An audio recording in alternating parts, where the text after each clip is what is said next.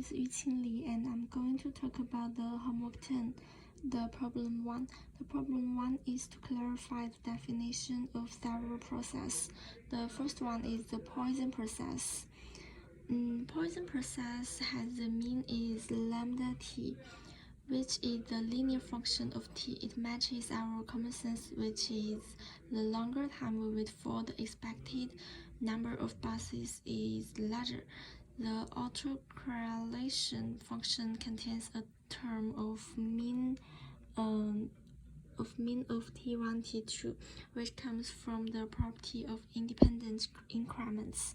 Look at the second one. Second one is the Poisson increment process, which is defined as yt equals to x of t plus epsilon minus xt over epsilon, where the xt is the Poisson process. The Poisson increment process is introduced to prepare us to define Poisson impulse process.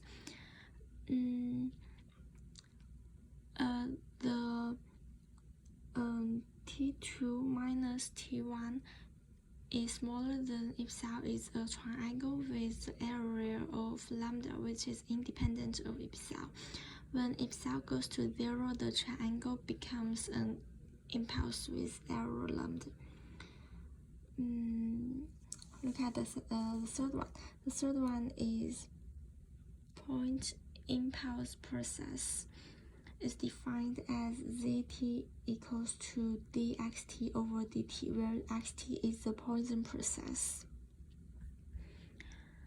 The process zt minus lambda has 0 mean and autocorrelation rtt of t1, t2 equals to lambda times zeta of t1, t2. That Vt minus lambda is a white noise. The fourth is semi-random telegraph signal. We assume is xt. Xt is defined based on Poisson points. The number of the points t in the interval t1, t2 of length t2 minus t1 is a Poisson random variable with parameter lambda times t. In this formula,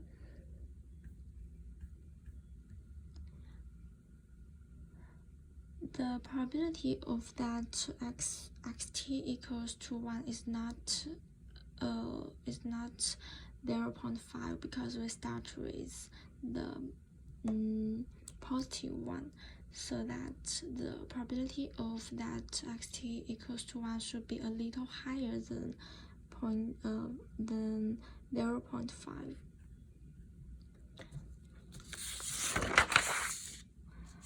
Look at the random telegraph signal.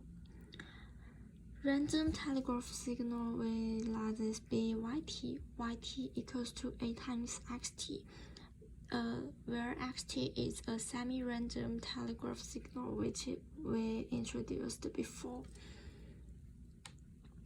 The probability of yt equals to 1 equals to the probability that yt equals to minus 1. They are both the 0.5. That makes us guess that the xt may be straight stationary and the expectation of yt is a constant. The sixth one is random walk. Random walk means that we toss a fair coin n times, and k is the number of heads in n tosses. That x of nt is ks minus k minus k n minus k times s. The probability is in this formula. From the probability methods, we could know that when n goes to infinity, we will have a Gaussian density. The autocorrelation function contains a term of mean of n and m, which comes from the property of independent increments. Look at the last one. Last one is the Wiener process. Wt is limited when t is 0 and s squared over t is alpha and n is infinite. At this time, the Wt equals to xt, where xt is random walk. That's the answer of the first question. Thanks.